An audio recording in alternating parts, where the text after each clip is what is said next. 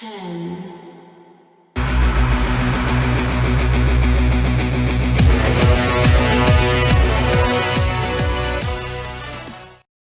à tous, c'est SuliPerfect10, j'espère que vous allez bien. On se retrouve enfin pour la vidéo débrief. On va revenir sur Survivor Series. Désolé pour le retard, hein, j'ai une semaine très chargée et bah, du coup j'ai quasiment une semaine de retard. J'espère que vous allez quand même regarder la vidéo, ça me ferait très plaisir parce que c'est du boulot quand même à faire. Donc désolé encore, et on va essayer d'aller assez vite et de revenir donc sur tous ces matchs. On va commencer par le kick-off, hein, il y avait 3 matchs. Alors on va passer très vite, hein. Il y avait d'abord Matt Hardy contre Elias, un match très classique, hein, de preview. Un match très classique de kick-off, pardon. Victoire d'Elias en 10 minutes avec son traditionnel drift away après un bon travail sur l'épaule gauche de Matt Hardy, hein, consécutif à un joli Tiger Shoulder Breaker de la part d'Elias, ainsi qu'une projection de Matt l'épaule la première contre le poteau. Donc Elias, hein, vraiment peu de défaites à son actif, hein, depuis qu'il est dans le main roster, hein, il est quand même un bon booking, donc c'est quand même pas mal pour lui, hein, mine de rien. Donc match quelconque, hein, en tout cas, que je noterai 4,5 sur 10, rien d'autre à dire là-dessus. Match suivant, Kevin Owens et Sami Zayn contre Breezango, donc un deuxième match qui a été donc ajouté au kick-off, donc un match de seulement 8 minutes, hein, qui a vu la victoire de Kevin Owens et Sami Zayn, bien heureusement d'ailleurs, grâce à un pop-up powerbomb de Kevin Owens, hein, après avoir provoqué le tag avec Sami Zayn qui était en mauvaise posture alors que Fandango venait de rater son last dance. Donc match un peu ennuyeux, hein, j'ai trouvé, rien de spécial à dire sur ce match qui était également très classique. J'aurais donné aussi la victoire à Kevin Owens et à Sami Zayn personnellement, ça paraissait plus logique, hein, vu qu'ils sont assez mis en valeur en ce moment, malgré l'apparent dépouche, mais qui en fait je pense n'est plus lié que, et surtout lié à la storyline. En revanche, côté Breezango, on a un peu de mal à voir ce qu'ils veulent faire avec eux. Peut-être que l'arrivée des Bludgeon Brothers va nous permettre d'en savoir un peu plus, et peut-être que une feud entre les deux va venir un peu plus tard. Un petit 5 sur 10 en tout cas concernant la note du match. Match suivant. Enfin un match booké, hein. C'était donc le Enzo Callisto pour le titre Cruiserweight. Alors ce qui était drôle, hein, c'était l'entrée de Callisto avec un énorme botch, hein, sur son entrée, hein. C'était vraiment gênant, le pauvre, juste 5 jours après son anniversaire, qui tombe d'ailleurs entre parenthèses le même jour que le mien, oui, avec son saut, hein, sur le petit trampoline. Et voilà, il a failli faire une grave chute, ça a été vraiment très ridicule. On a vu un joli sunset board, hein, de la part de Callisto, un sunset flip avec un grand écart, quoi. Très original en tout cas, et beaucoup plus difficile à réaliser que son entrée qu'il avait botché. Il a aussi fait un joli moonsault et un Death Valley Bomb sympa aussi, hein, un peu à la Velvet in Dream. Dommage qu'il ait du déchet, hein, dans son catch d'ailleurs, Callisto, car il a vraiment de bons moves, hein, de temps en temps. Victoire finale donc d'Enzo Amore avec son Joe Danzo habituel, après un peu de confusion, hein, et probablement du botch en dehors du ring. Victoire sans surprise, hein, d'Enzo Amore, je vous l'avais dit. J'attends désormais son prochain rival, j'espère Ali, Alexander ou Neville, pourquoi pas, s'il nous fait un retour avec un face turn. Match très moyen en tout cas, très ordinaire, comme on pouvait s'y attendre, que je noterai seulement 5 sur 10. On va passer directement à la carte principale, avec l'opener, le Shield contre les New Day. Alors c'était une bonne idée, hein, d'opener, certes, mais j'aurais plus vu le 5 contre 5 féminin personnellement, hein, afin d'avoir chacun, dans chacun des matchs, dans les deux extrémités, hein, en opener et en main event, les deux matchs traditionnels 5 contre 5 des Survivor Series, afin d'avoir un show beaucoup plus équilibré, un peu à la manière de Hell in a Cell, qui avait fait pareil avec le Hell in a Cell au début et à la fin. J'aurais préféré ça, mais sinon c'est bien d'avoir un Shield New Day en opener également, hein. J'ai bien aimé dès le début du match, hein, la graduation dans les duels, avec d'abord Ambrose contre Kofi, puis Rollins contre Woods, avant d'avoir le duel des Big Guys entre Roman Reigns et Big E. On avait un double Midnight Hour, hein, porté de la part des New Day, chose qu'on n'avait jamais vu avant. C'était plutôt sympa à voir. Mais Reigns brise le compte avec un spear porté sur Big E, et juste après ça, on repart à la guerre, ça se fonce dans le tas, ça ressemble au War Games hein, d'ailleurs, un petit peu. Kofi se prend un spear de Reigns, et Ambrose porte un Dirty Deeds sur Big E, et là, le Shield porte un triple powerbomb sur Kofi depuis la deuxième corde, carrément. Ambrose se charge alors du pin final. Victoire sans surprise donc du Shield, dans un bon match hein, de 20 minutes, assez animé hein, comme on pouvait s'y attendre, surtout si le match est placé en opener hein. C'est le but, c'est d'animer la foule et de chauffer la salle avec un match spectaculaire et avec beaucoup de rythme et d'action en tout genre, et la mission a été remplie de ce côté là. Le rôle a été rempli. Ma note 7 sur 10, un très bon opener, un bon match vraiment pour démarrer ce show. Voilà, ça ne décrédibilisera pas pour autant le New Day hein, qui a fait quand même plus que résister. Le Shield forcément avec le retour de Reigns, donc c'était la première apparition dans un match depuis longtemps hein, du côté du Shield original, donc c'était logique que le Shield l'emporte. Il n'y avait vraiment pas de suspense de ce côté là.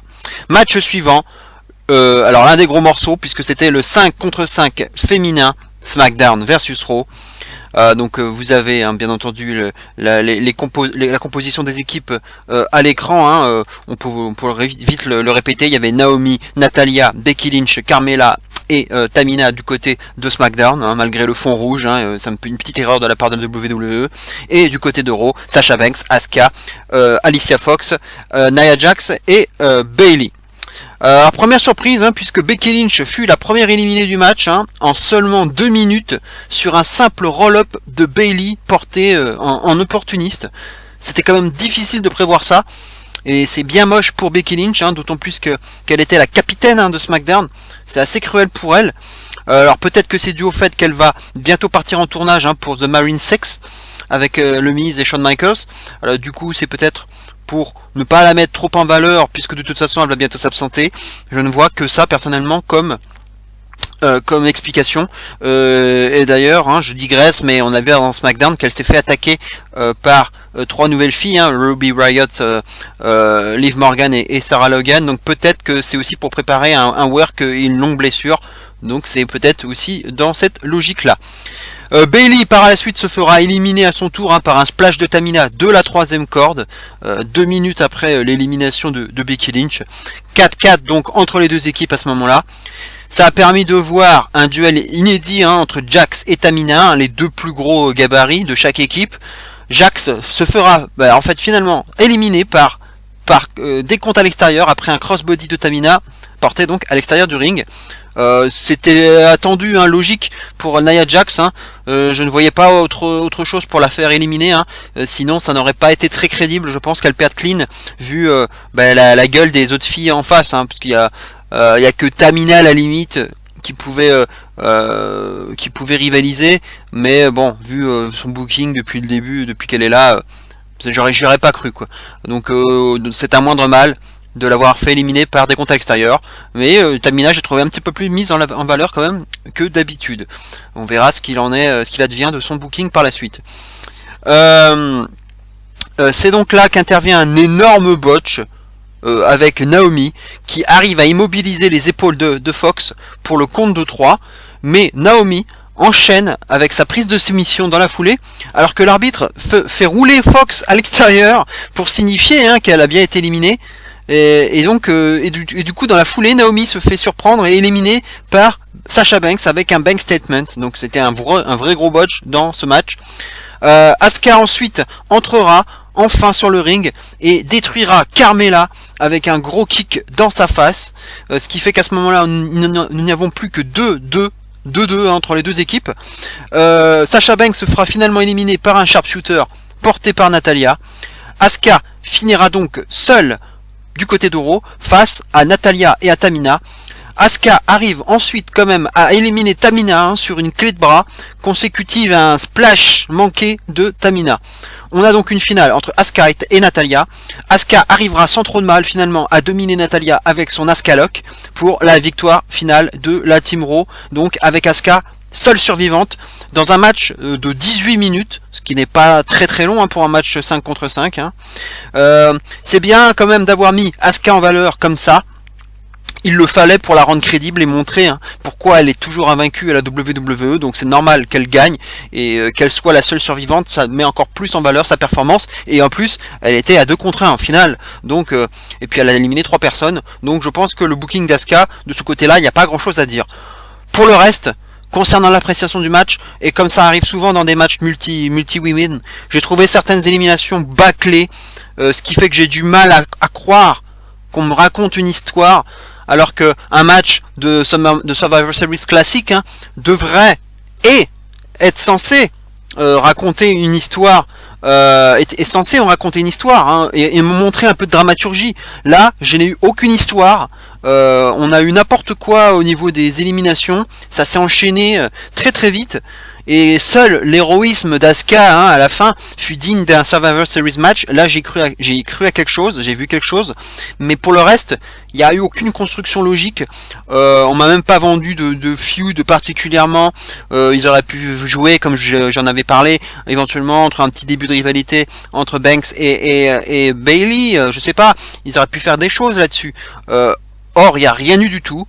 La capitaine Becky Lynch qui se fait battre en 2-4-6, Bayley dans la foulée, l'élimination de Jax par des comptes à l'extérieur, faute de mieux, bref, et puis le botch d'Alicia Fox, et hop, directement dans la foulée, Naomi qui se fait surprendre, enfin bref, c'était n'importe quoi ce match, c'était je pense le match le plus pourri de toute la soirée, du coup je donnerai la note que de 6 sur 10 à ce match, et encore j'ai été généreux.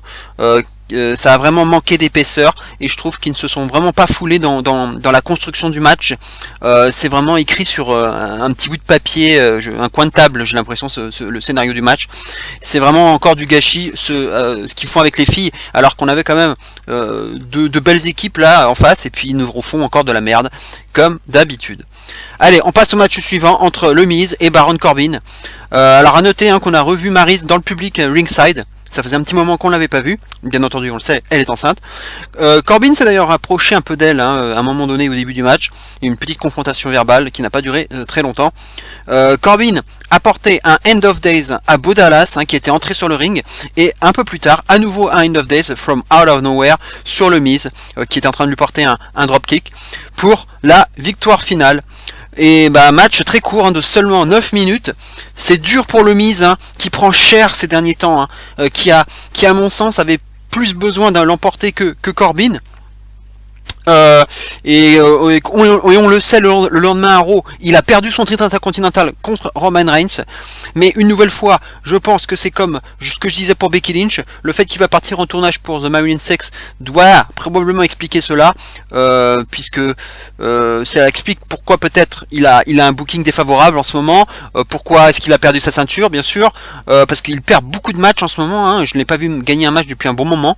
On l'a vu aussi dans le TLC, où il se finit par bien sûr par être détruit par le Shield et Kurt Angle notamment, et donc là il perd son titre intercontinental, là il perd le match contre Corbin, donc il y a quand même beaucoup de défaites en ce moment du côté du Miz, mais je pense qu'il va revenir après son tournage, il reviendra je pense en bien meilleure posture, peut-être que du coup Maryse aura accouché et qu'elle sera du coup aussi de retour avec lui, parce que je trouve aussi qu'il manque quelque chose quand Maryse n'est pas là, c'est un peu comme s'il lui avait perdu son mojo. Et donc j'espère qu'on le reverra en bien meilleure posture, et pourquoi pas pour tenter de regagner un titre intercontinental. Ce serait sympa pour lui, parce que là en ce moment le titre intercontinental est pas très bien mis en valeur, contrairement à son règne de SmackDown.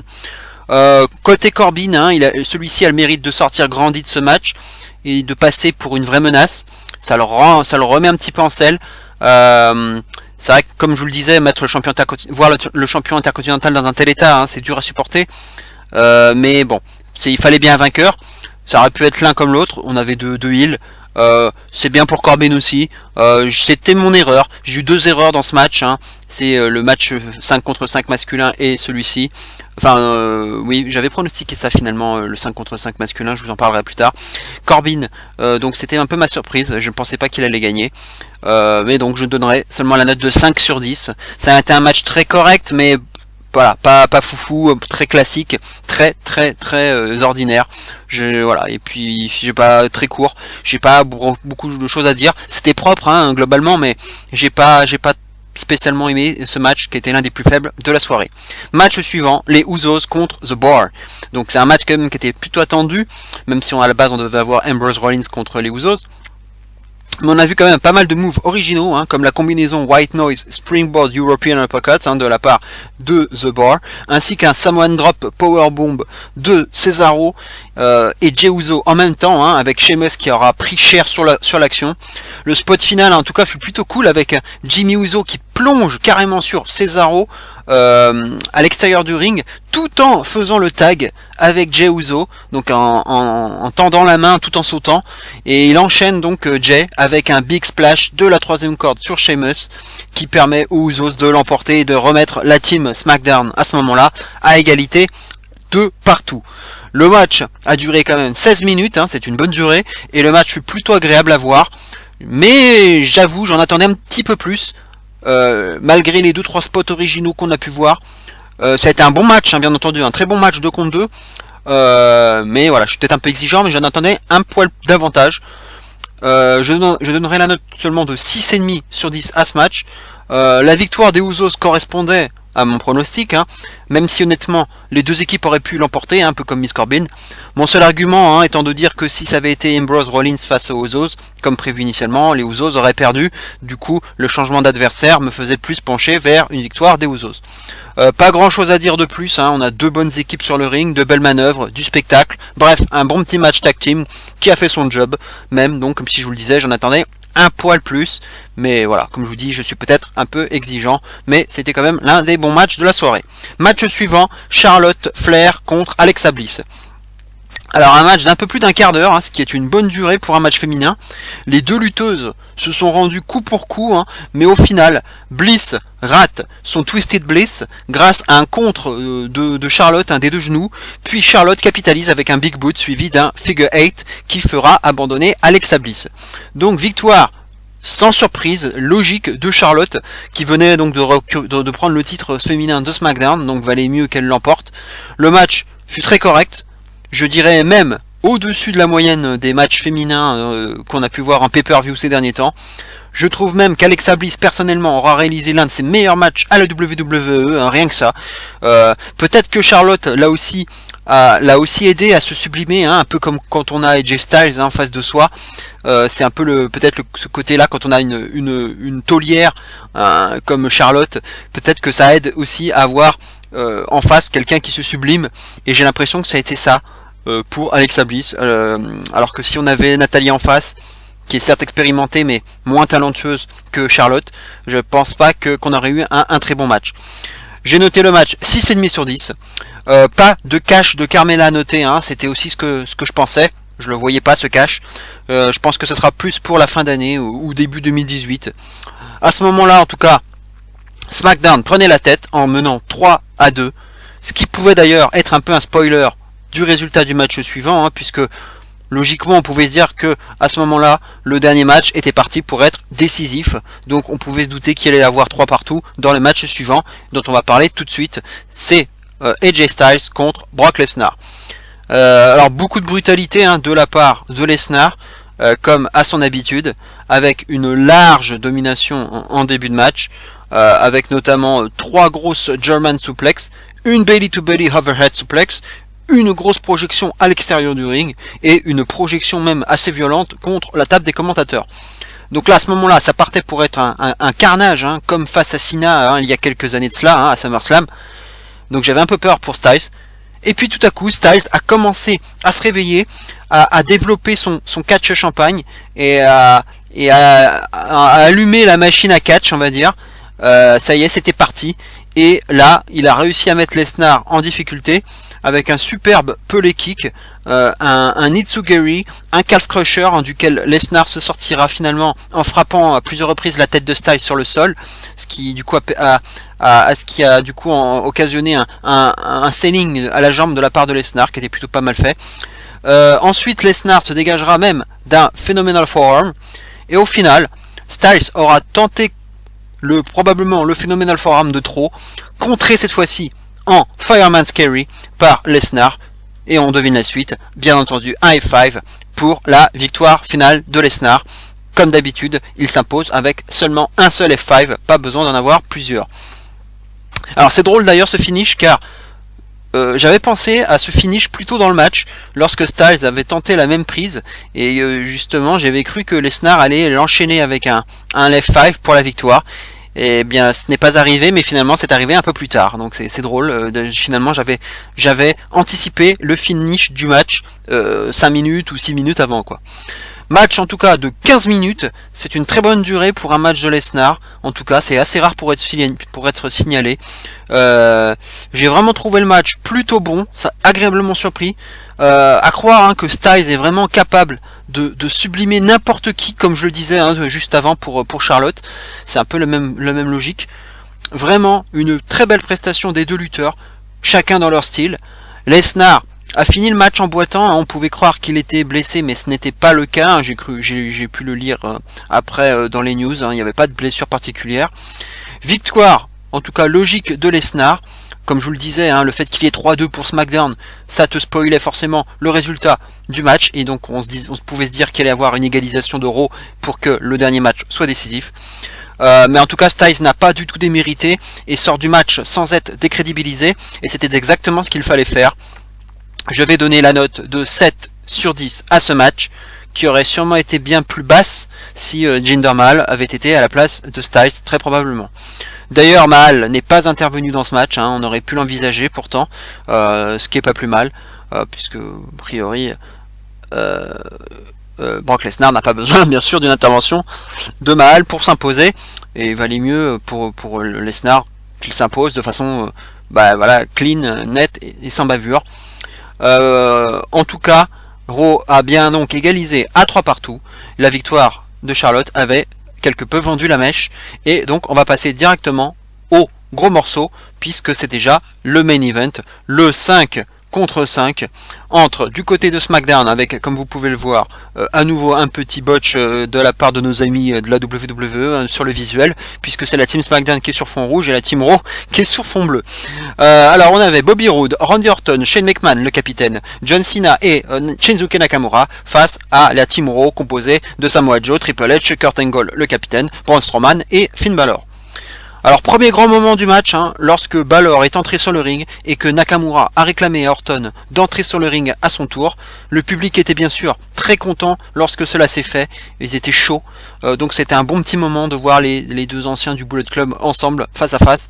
C'était un bon moment qu'on attendait tous, je pense, depuis un bon moment, et ça a été un bon petit passage entre les deux à base surtout d'esquives successives.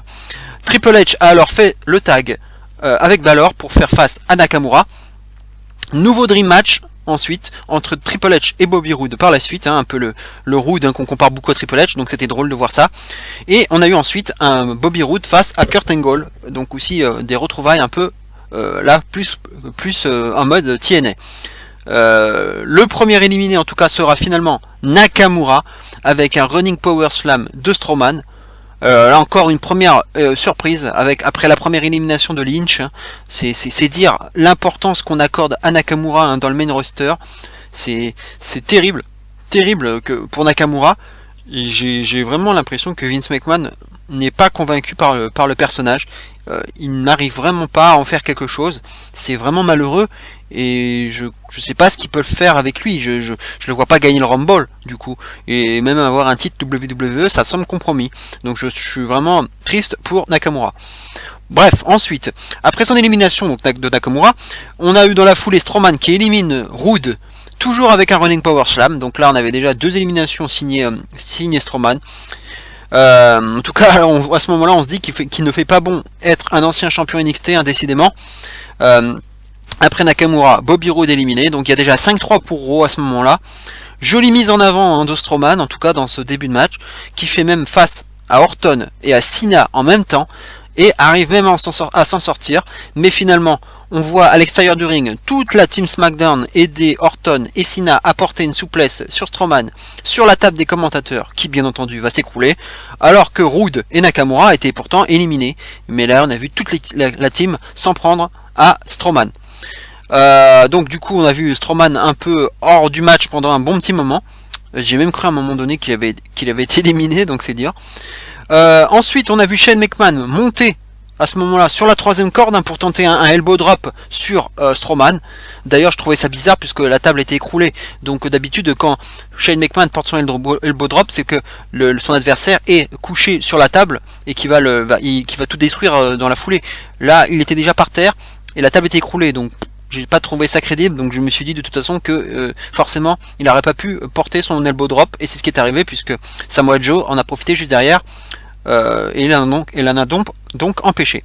L'animosité entre Samoa Joe et Finn Balor est ressortie alors que quand Joe a fait le tag avec Balor qui s'apprêtait à porter le coup de grâce sur Cena.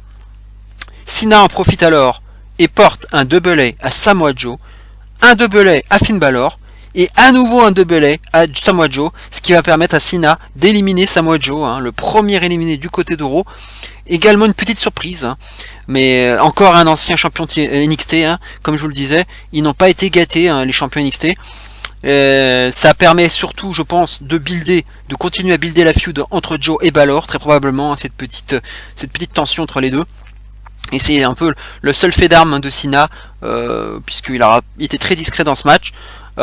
Puisque dans la foulée, Kurt Angle affronte John Cena pour un petit clin d'œil au début de Cena à la WWE, on se souvient tous bien sûr du Ruthless Aggression bien sûr, et au final, petite surprise aussi, puisque du coup, John Cena se fait carrément éliminer par Kurt Angle lui-même sur un Angle Slam consécutif à un coup de grâce de Balor. Donc 4-2 à ce moment-là pour Raw. Comme je vous le disais, Cena, il n'a pas été très mis en avant, ce qui n'est pas plus mal puisqu'il n'était même pas dans la feud. Il a été ajouté à la dernière minute dans ce 5 contre 5 et on l'a pas vu du tout faire d'apparition dans les weekly, donc c'était mieux que Cena ne soit pas trop mis en avant dans ce match. Alors à ce moment-là, quand il y a 4-2 pour Raw, Balor est alors en feu. Et il enchaîne carrément avec Orton et Shane McMahon qui en prennent pour leur grade. Mais Orton surprend alors Balor avec un RKO from out of nowhere pour le compte de 3. Donc Balor se fait éliminer. 3-2 pour Raw à ce moment-là. Alors qu'Orton va pour faire le tag avec Shane McMahon. Comme on pouvait s'y attendre, c'est là que Kevin Owens et Sami Zayn attaquent Shane McMahon, mais celui-ci réplique avec des coups de chaise, et Orton porte alors un RKO à Kevin Owens, qui était monté sur le ring, alors que Sami Zayn, lui, s'enfuit, poursuivi par Shane, toujours avec une chaise. Strowman, qui avait alors disparu depuis son spot sur la table, revient alors d'entre les morts pour entrer sur le ring, et élimine assez facilement Orton, toujours avec un running power slam. On a donc à ce moment-là 3-1 pour Raw. Donc ça sent clairement la fin pour SmackDown puisqu'il ne reste plus que Shane McMahon contre Braun Strowman, Triple H et Kurt Angle côté Raw. Donc l'instigateur de l'Under Siege se retrouve tout seul. Donc quelque part ça a du sens au vu du build-up de ces dernières semaines.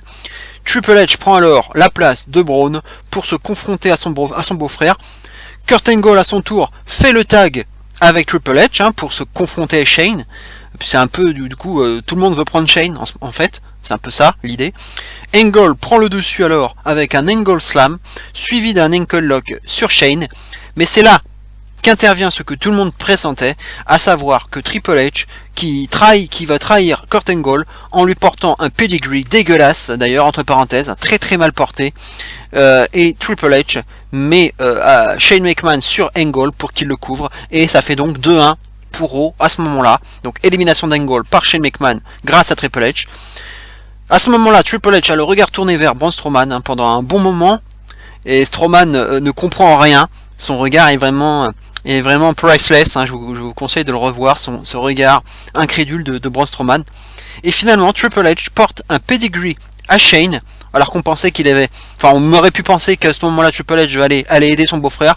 Finalement, c'est un nouveau twist en quelque sorte. Il porte un pedigree sur Shane et permet à la team Raw de l'emporter sans problème, sous les yeux d'un Strowman complètement éberlué, incrédule, et qui a plutôt bien joué d'ailleurs le truc, comme je vous le disais. Strowman s'énerve alors en étranglant Triple H et en lui ordonnant de ne plus recommencer ce genre de jeu, The Game bien entendu. Puis Strowman finit par porter 2 running power slam à Triple H, et c'est ainsi que se termine le show avec Triple H qui finit seul, inanimé, donc suite aux 2 power slam de Strowman. Voilà, donc victoire de Raw dans ce match, et dans le match SmackDown versus Raw, c'est donc le 4-3 pour Raw qui s'impose donc dans ce match. Alors le bilan du match, 33 minutes, c'était pas si long que ça en fait, hein, au vu de l'affiche proposée. Moi je m'attendais à bien plus que ça, je m'attendais à 50 minutes au moins, donc 33 minutes c'est vraiment pas tant que ça finalement, ce qui prouve que les éliminations étaient relativement rapides, même si ça a mis à peu près 10 minutes avant que la première n'arrive. Et comme je l'avais dit, hein, dans ma vidéo prono, le fait d'avoir une Team Raw assez désunie à la base, hein, avec Joe, Balor, qui s'était foutu sur la gueule à Raw juste avant le pay-per-view, ainsi que Kurt Angle et Triple H ensemble, forcément avec ce qui s'était passé avec Jordan, ça me laissait penser que Raw allait finalement bien s'en sortir, et c'est bien ce qui est arrivé au final, puisque du côté de SmackDown, il n'y avait aucune tension entre les membres de l'équipe, donc on nous a même pas montré, quasiment pas montré Rude, Orton, Cena, il est arrivé au dernier moment, Nakamura pareil, il y a que tout tourné autour de Shane finalement, mais il était en animosité avec aucun des membres de l'équipe, donc c'est pour ça que je sentais plus une victoire de Raw par rapport à ça, et puis surtout avec les tensions avec Kevin Owens, Sami Zayn, et puis aussi Daniel Bryan vis-à-vis de Shane McMahon. Du coup, Strowman, on peut le dire, c'est celui qui aurait été le grand bonhomme du match, ultra mis en avant, hein, malgré sa longue absence suite à la souplesse qu'il a encaissée sur la table des commentateurs. C'est quand même le grand gagnant du match. Ça récompense, hein, sûrement sa progression est énorme depuis le début de l'année. On aurait eu finalement Asuka mise en valeur chez les filles, et bien pour les hommes ça aurait été Strowman sans aucun doute. Tout aura tourné finalement autour de la relation Triple H, Kurt Angle et du cas Shane McMahon, que beaucoup de lutteurs de la Team Raw voulaient éliminer, mais aussi du côté de SmackDown avec l'intervention de Kevin Owens et de Sami Zayn. Donc finalement, c'est ça qu'on peut reprocher, c'est que tout a tourné autour des anciens finalement, des papis entre guillemets, et c'est bien ça le problème. Pas d'intervention de Kane à souligner, hein, pour éliminer Strowman par des comptes à l'extérieur, hein, ce qui aurait pu être envisageable. C'est pas plus mal, hein, de l'avoir laissé sur le ring jusqu'au bout et de le mettre en valeur. J'avais un peu peur de l'intervention de Kane, même s'il est intervenu finalement le lendemain du côté de Raw. Mais bon, ça aurait fait un papi de plus, donc c'est pas plus mal.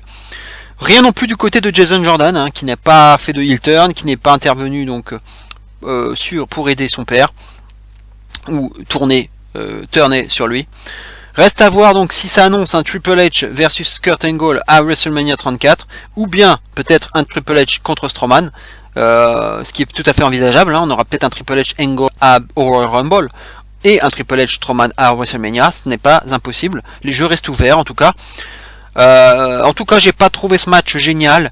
Il y a des superstars de haut niveau qui ont un peu payé, hein, pour la storyline, finalement. C'est la storyline qui a décidé pour eux, notamment probablement avec cette feud en développement entre Finn Balor et Samoa Joe. Donc là on peut se dire que Finn Balor aura quand même pu sortir son épingle du jeu, mais les anciens de la NXT, notamment Bobby Roode, Nakamura et Samoa Joe, ils ont un peu payé pour la storyline. Ils auront vraiment été mis sous les noir. C'est quand même du bon gâchis, franchement. Cena aura fait le service minimum, comme je vous le disais. C'est une bonne chose, qui n'est pas fini parmi les derniers survivants. Quant à Triple H, c'est surtout ça le problème. C'est là qu'on en revient au titre de ma vidéo. Il nous a un peu tous trollés à nouveau. C'est un peu le party pooper, donc le trouble fête, le gâcheur de fête.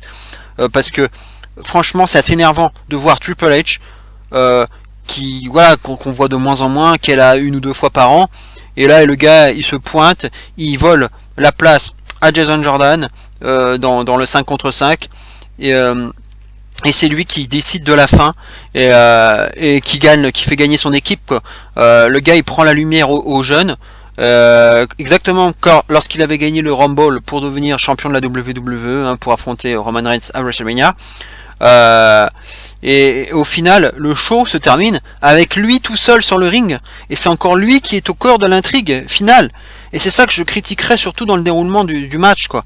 C'est Triple H, c'est tout pour sa gueule, encore une fois, si ce n'est éventuellement Braun, qui a été mise en valeur.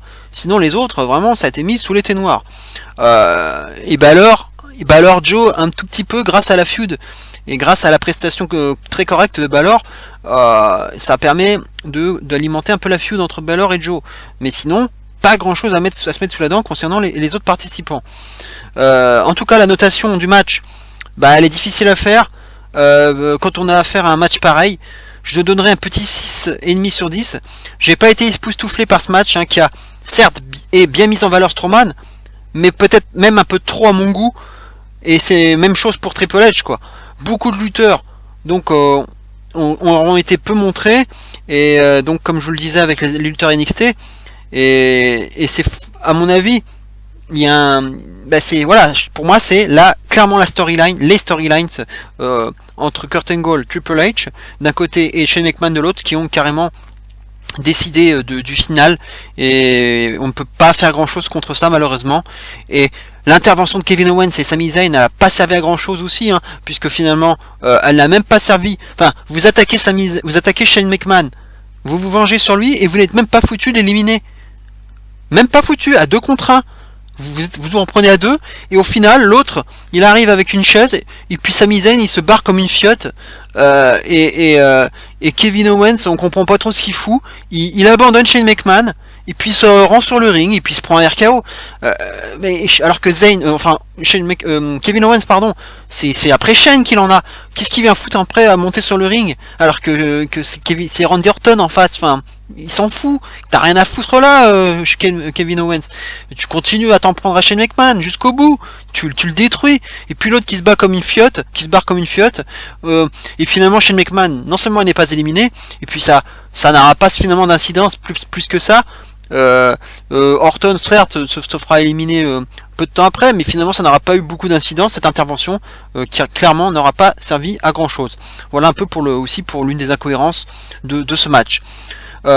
Si on peut faire maintenant le bilan de ce pay-per-view, c'est un show quand même très correct, on peut le dire, très correct, avec plusieurs bons matchs, notamment pour moi ce sont les 2 matchs tag team, les 2 contre 2 je veux dire, le 3 contre 3 pardon, le 3 contre 3 et le 2 contre 2, le match simple féminin, et le Lesnar contre Styles, qui a été aussi l'une des bonnes surprises de ce show pour moi. En revanche, je mettrai en dessous le Miz contre Corbin, et les 2 matchs, malheureusement, ça c'est le gros point noir, les 2 matchs 5 contre 5 dans les moins, qui ne m'auront pas du tout convaincu, avec des bookings à la mort moelleux, des matchs, on va dire des éliminations bâclées, et pour moi c'est un gros problème. C'est les Survivor Series, mec. C'est les 2 matchs vitrines de ton show, et tu les foires tous les deux. C'est vraiment pas bon. Et pour moi, ça gâche tout. Compare ça au Hell in a Cell, qui personnellement, est pour moi le meilleur show de l'année. Quand tu compares ça au Hell in a Cell, eux, ils t'ont mis aussi deux combats spéciaux en opener et en main event.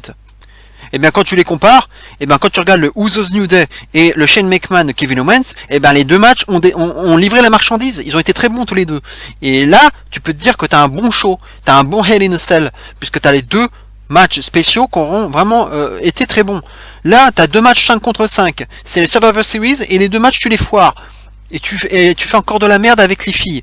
Non, je suis désolé, mais je peux pas dire que j'ai trouvé le show hyper bon.